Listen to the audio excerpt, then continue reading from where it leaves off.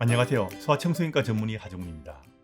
최근 노로바이러스 장염 환자가 많이 발생하고 있습니다. 노로바이러스는 요즘 새롭게 생긴 병은 아니고요.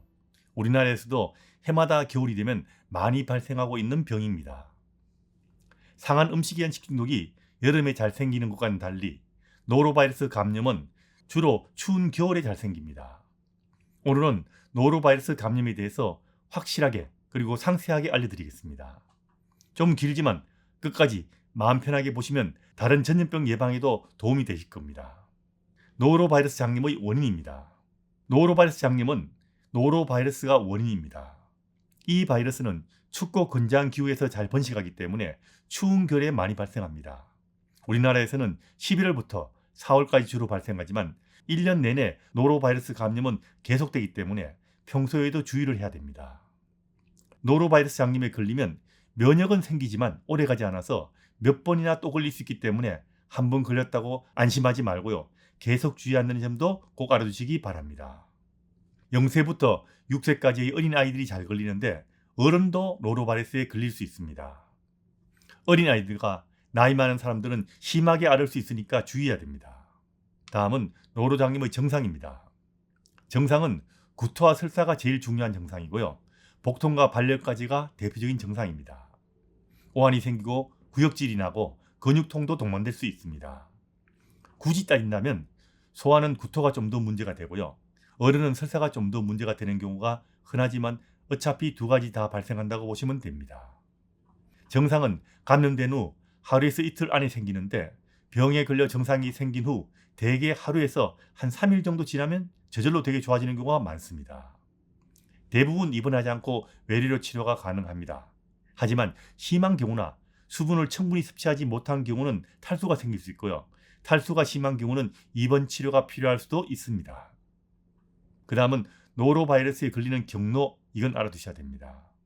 오염된 음식물을 통해서 옮기도 하고요. 환자를 통해서 옮기기도 합니다.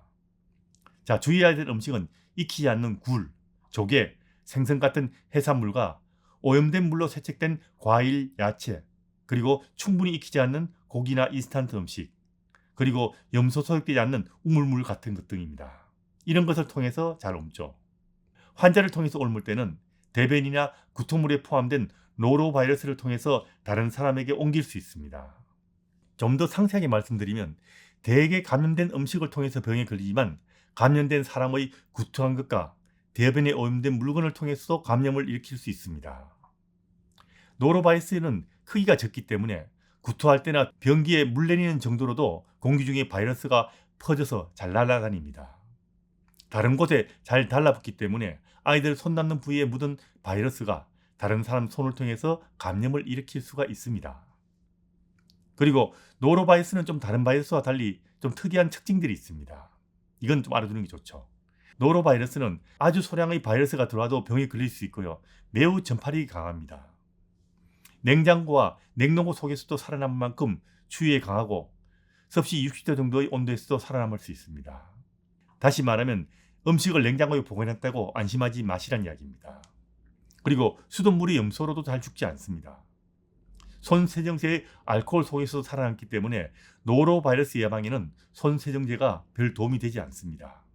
노로바이러스에 걸리지 않으려면 몇 가지 수칙은 지키는 것이 좋습니다. 첫 번째로 중요한 것은 역시 손 씻기입니다.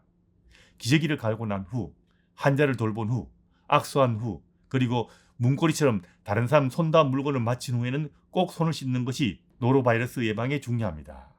좀 상세하게 설명드리면 손 씻기는 비눗물로 30초 이상 씻는 것이 중요한데 정확하게 말하면 비누 거품을 낸 후 손을 20초 이상 문질러 주시는 것이 좋고요. 그 다음에 흐르는 물로 깨끗하게 씻는 것이 좋습니다. 손 씻는 것이 노로바이러스 예방에 정말 중요한데 앞에서 말한 4가지 외에도 화장실 다녀온 후, 음식을 먹기 전과 조리하기 전, 그리고 음식물을 다루기 전, 그리고 다른 사람의 약 주기 전에도 반드시 손을 씻는 것이 중요합니다. 노로바이러스는 정상이 생기기 전부터 옮길 수도 있고요. 정상이 좋아진 후에도 옮길 수 있기 때문에 평소 손 씻는 것이 중요합니다. 그리고 다시 말씀드리지만 노로바이러스는요. 다른 바이러스와 달리 알코올이 함유된 손세정제로 소독이 잘 되지 않기 때문에 손세정제보다는 손 씻기가 훨씬 더 중요합니다. 그리고 씻지 않는 손으로 얼굴을 만지거나 코를 후비지 않게 아이들에게 주의를 시키셔야 됩니다. 두 번째는 음식을 충분히 익혀 먹는 것이 중요하다는 겁니다. 노로바이러스는 오염된 음식물을 통해서 감염이 시작되는 경우가 많기 때문에 굴, 생선, 조개 같은 수산물을 생으로 먹지 말고 충분히 익혀서 먹는 것이 노로바이러스 예방에 중요합니다. 특히 근해에 양식된 것은 충분히 익혀 먹이는 것이 매우 중요합니다. 겨울에 생굴을 먹는 사람들이 많은데 설명서를 보면 가열 조리용이라고 표시된 굴은 생으로 먹어서는 안 됩니다.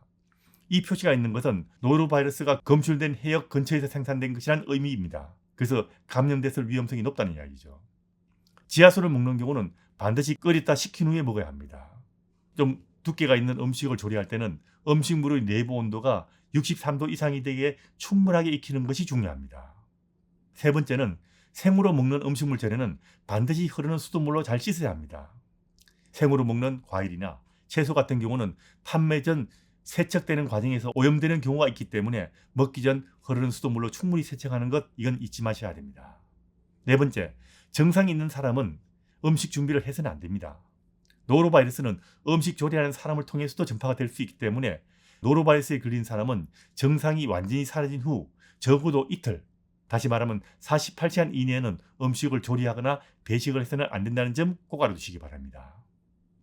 그리고 주변에 노로바이러스에 걸린 환자가 있는 경우는 다음과 같은 주의사항을 꼭 지키셔야 됩니다. 집이나 단체 생활할 때 주의해야 된다는 이야기입니다. 그리고 노로바이러스란 것이 아이가 걸리면 어른도 걸리고 쉽게 걸립니다. 전파가 잘 되는 병이기 때문에 주의사항은 잘 지켜야 됩니다.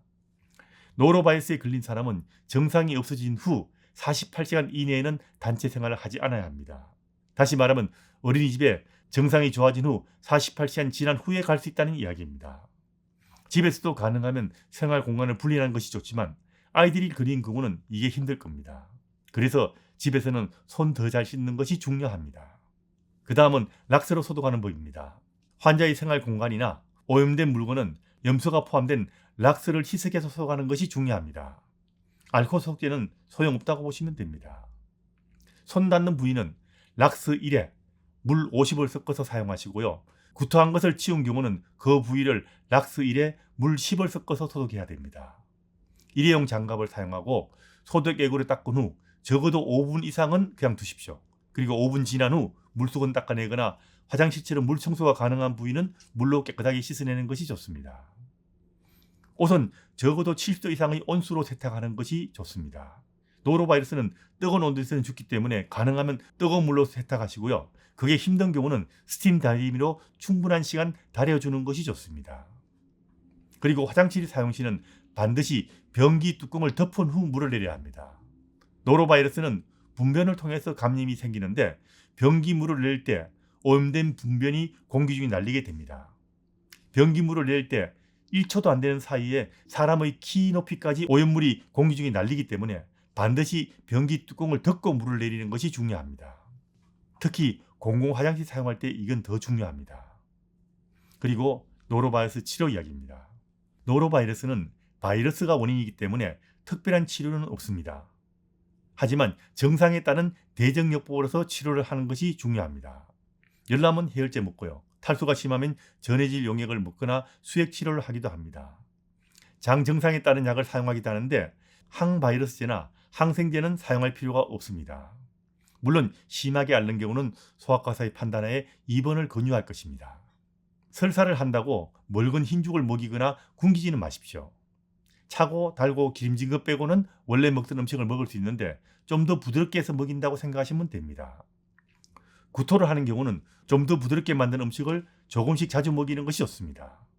수분 섭취에 좀 더 신경 쓰시고 소변이 줄 경우는 전해질 용액을 소아과사 상에서 먹일 수 있습니다. 설사한다고 소아과사의 처방 없이 지사제를 임의로 사용해서는 안 됩니다. 노로바이러스 예방접종 없다고 너무 겁내실 필요는 없고요. 미리 좀 알고 대비하는 정도로 충분합니다. 장염에 걸리면 소아과에 다니시면 대개 큰 문제가 없이 좋아질 것이고요. 심한 경우는 다른 조치를 취해 주실 겁니다. 손 잘 씻고 음식 잘 익혀 먹이는 것만 평소에 신경 쓰시면 대개는 너무 걱정할 필요가 없는 병입니다.